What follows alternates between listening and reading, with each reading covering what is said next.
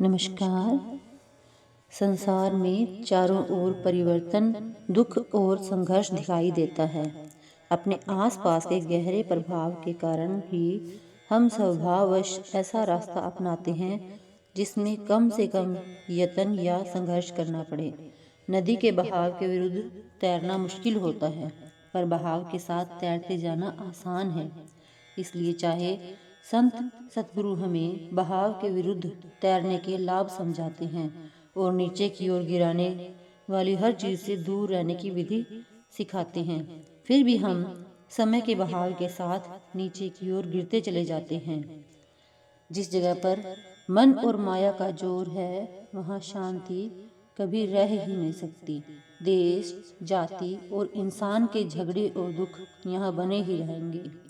आत्मा को शांति पाने के लिए दूसरे मंडलों की खोज करनी होगी।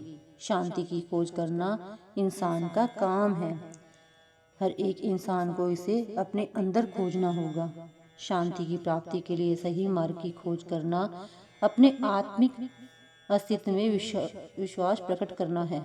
हर प्रकार का बाहरी संघर्ष और बाहरी अशांति वास्तव में आंतरिक संघर्ष और आंतरिक अशांति का ही प्रकटन है। संत महात्मा समझाते हैं कि हम संसार को दुखों से मुक्त करके एक आदर्श स्थान तो बना नहीं सकते, पर अपना सुधार या बदलाव अवश्य कर सकते हैं। हम भजन सिमरन द्वारा धीरे धीरे अपना रूहानी स्तर जरूर ऊंचा उठा सकते हैं। हम अंतर्मुखी होकर आंतरिक रूहानी जीवन की असलियत का अनुभव प्राप्त करके अपने अंतर से ऐसी शक्ति प्राप्त कर सकते हैं कि चाहे हमारे आसपास की सारी दुनिया अज्ञान के बहाव में बह जाए तो भी हम शांत और स्थिर रहेंगे। काल के इस देश में समस्याएं और दुख सदा ही रहेंगे, पर भजन सिमरन द्वारा हमें अंतर से ऐसा बल और सहारा मिल जाएगा कि हम जिंदगी के रोजाना के उतार चढ़ाव का खुशी खुशी मुकाबला करने के योग्य बन जाएंगे। बाहरी पदार्थों में से मिलने वाले सुख दुखों को जन्म देते हैं। ये सुख आते जाते रहते हैं। कोई भी बुद्धिमान व्यक्ति इनमें से सुख ढूंढने की कोशिश नहीं करता।